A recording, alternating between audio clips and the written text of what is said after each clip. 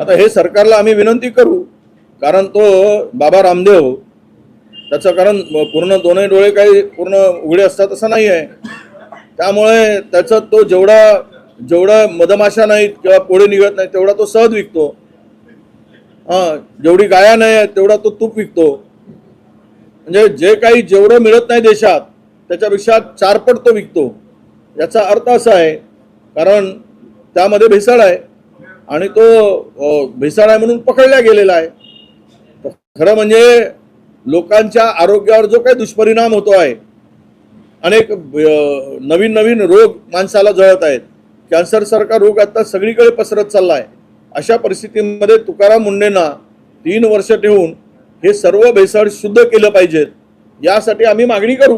बघा, कुठलाही लोकांना खायचं अन्न आहे हे प्युअर असलं पाहिजे, त्यामध्ये कुठे भेसळ असता बिना भेसळ युक्त असं नसावं, हे सगळं आहे. त्यांनी पतंजलीचे अनेक प्रॉडक्ट बंद केले.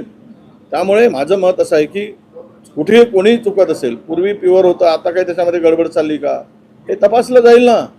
कारवाई हे सगळ्यालाच अपेक्षित आहे. मी केवळ गांधीजींच्या काळात सुरू झाला म्हणून आत्ताच्या कोणी जर त्यामध्ये काही गडबड केली असेल, मला वाटत नाही की, कारण ते गांधीजीच्या तत्वानुसार चालणारे आहेत. परंतु यांना काय आढळलं याची माहिती मी घेतो. जर न आढळता असं काही केलं असेल तर आपण त्याचं उत्तर त्यांना द्यावं लागेल.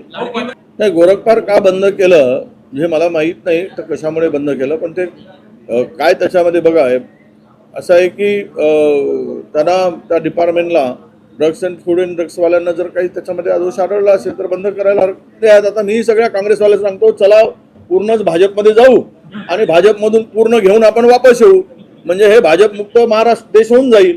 अशी परिस्थिती आता निर्माण झालेली आहे. जे काही जाते आहेत आता अर्ध्यापेक्षा जास्त मुख्यमंत्री तर हे काँग्रेसमधूनच गेलेले आहेत. आता अर्ध्यापेक्षा अधिक आमदार भाजपमध्ये गेले, जे आपल्या काँग्रेसमधून गेलेले आहेत.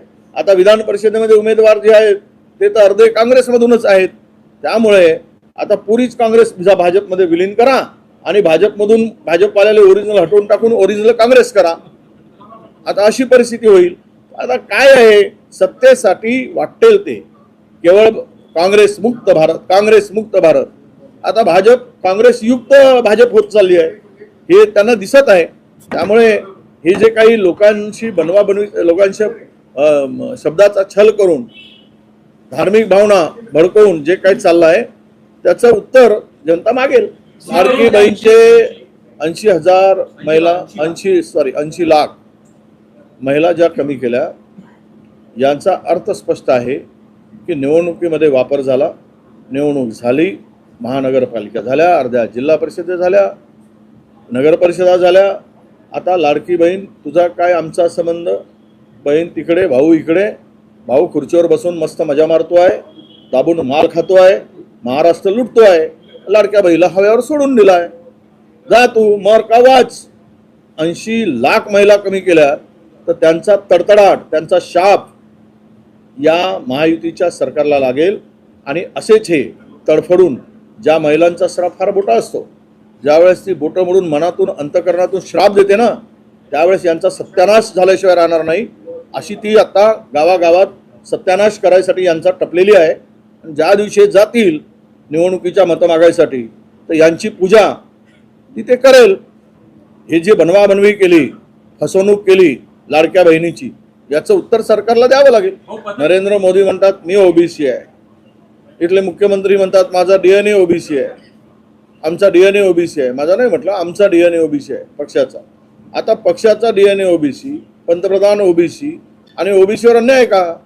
देखा, संविधानिक तरतुदीनुसार SC STला तर त्यांच्या 100% आरक्षण आपण देतो, परंतु ओबीसीला जे आरक्षण आपण देतो 27%, ओबीसीची मतं घेतात आणि ओबीसीचं नुकसान करतात. यामध्ये त्यांना जर करायचं असेल तर घटना दुरुस्ती करा, काँग्रेस त्याला समर्थन देईल.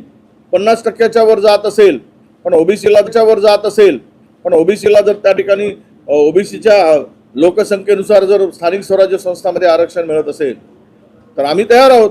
पण हिंमत दाखवणार नाही, यांच्यामध्ये तो दम नाही. फक्त मतं घेण्यासाठी हिंदू हिंदू ओबीसी करणं आणि बहुजन समाजाला, आमच्या ओबीसी समाजाला मूर्ख बनवणं, एवढाच धंदा यांचा आहे. ये जिस तरह से रेट बढ़ा रहे इसका भी बढ़ा देंगे. अभी डोमेस्टिक का भी रेट बढ़ाने वाले हैं. पहले व्यापारी का बढ़ाते फिर वो डोमेस्टिक का बढ़ाते. डीजल पेट्रोल के दाम भी बढ़ने वाले हैं। मित्रांनो, या सर्वावर आपलं मत नक्की कळवा.